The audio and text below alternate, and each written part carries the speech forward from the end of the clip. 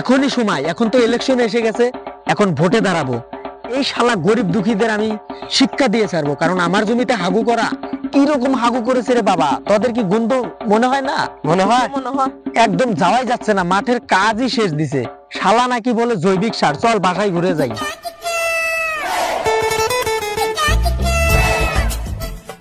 তোদের মেসেজ গুলো আমার কাছে খুবই ভালো লাগে রে। যা, তোরা চিন্তা করিস না, এবার ধান উঠলে তোদেরকে 2 মণ ধান দিয়ে দেবো, ঠিক আছে? ঠিক আছে জমিদার বাবু, আপনি যা ভালো মনে করেন। শালা জমিদারের জমিতে হাগু করা দেখাচ্ছি আজকে। তোমার ভুল হচ্ছে। জমিদার বাবু, ও জমিদার বাবু। কিরে তোরা ওকে ধরে আনছিস কেন? জমিদার বাবু, আপনার জমিতে এই শালা হাগু করেছে। কিরে যা তোরা। কিরে ওরা কি ঠিকই বলছে তুই বলে আমার জমিতে হাগু করেছিস? জমিদার বাবু, আমি আল্লাহর মিথ্যা কথা কইতে পারি, আপনি মিথ্যা কথা বলবো না।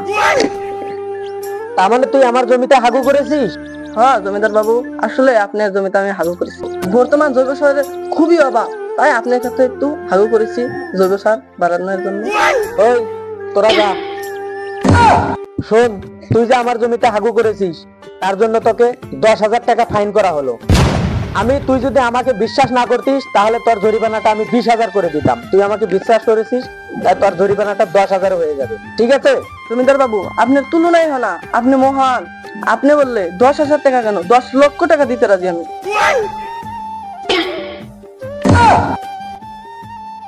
যা, তুই একটা কাজ করিস, তোর 10,000 টাকা লাগবে না, তুই মোটামুটি 5,000 টাকা একটা দিয়ে দিস, ঠিক আছে? জমিদার বাবু বাহ, আপনার মতো জমিদার যদি প্রত্যেকটা গ্রামে থাকতো আর উন্নতি বাইরে গেত।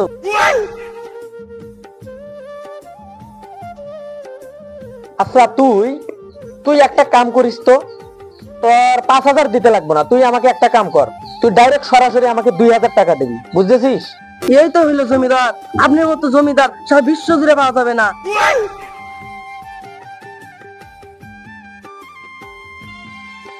আচ্ছা তুই একটা কাজ কর তো, তুই সারা গ্রামে ঢোল পিটিয়ে বল গ্রামের লোকজনেরা সবাই যেন আমার জমিতে আজ থেকে হাগু করে। আর তোর যেটা জরিমানা 2,000 টাকা, সেটাও আমার লাগবে না, যা তোকে রেহা করে দিলাম, যা। থাকুন জমিদার বাবু, আপনার তুলনাই হয় না। ঠিক আছে, বাসা চলে যা।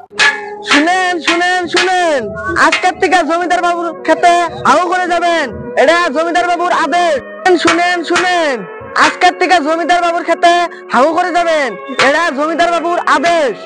শুনেন শুনেন শুনেন, আজকের থেকে জমিদার বাবুর খেতে হাগু করে যাবেন, এটা জমিদার বাবুর আদেশ।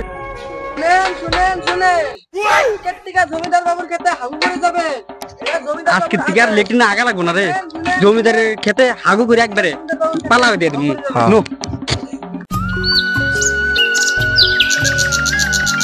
কিরে ফারুক, অনেকদিন হয় মাঠে যাই না, চল তো আজকে অল্প মাঠে গিয়ে ঘুরে আসি। চলেন চলেন। নাকি বলস? চল আজকে একটু মাঠে গিয়ে ঘুরে আসি নাকি? ঠিক আছে জমিদার বাবু, আপনি যা ভালো মনে করেন। তাহলে চলো দেখি, চলেন মাঠে গিয়ে ঘুরে আসি, অনেকদিন হয় যাওয়া হয়নি, চলো তাহলে। অনেকদিন পর আজকে মাঠে আসতেছি, কিরকম জানি ভালো লাগতেছে রে মদন।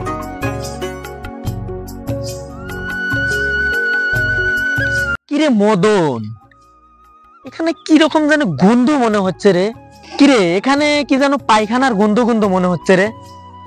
কেন রে এত পায়খানার গন্ধ কেন?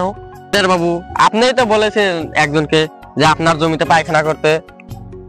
হয়তো রে, তাহলে তো ওই শালাই আমার জমিতে পায়খানা করে, কি দুর্গন্ধ রে বাবা। আর যাওয়া যাবে না রে, আর যাওয়া যাবে ওই না। শালাই আমাকে ঠকাচ্ছে। একটা কাজ কর, এখনই সময়, এখন তো ইলেকশন এসে গেছে, এখন ভোটে দাঁড়াবো। এই শালা গরিব দুঃখীদের আমি শিক্ষা দিয়ে ছাড়বো, কারণ আমার জমিতে হাগু করা কিরকম হাগু করেছে রে বাবা, তোদের কি গন্ধ মনে হয় না? মনে হয় মনে হয় একদম যাওয়াই যাচ্ছে না, মাঠের কাজই শেষ দিছে। শালা নাকি বলে জৈবিক সার, চল বাসায় ঘুরে যাই, চলেন। দেখাবো ওদেরকে।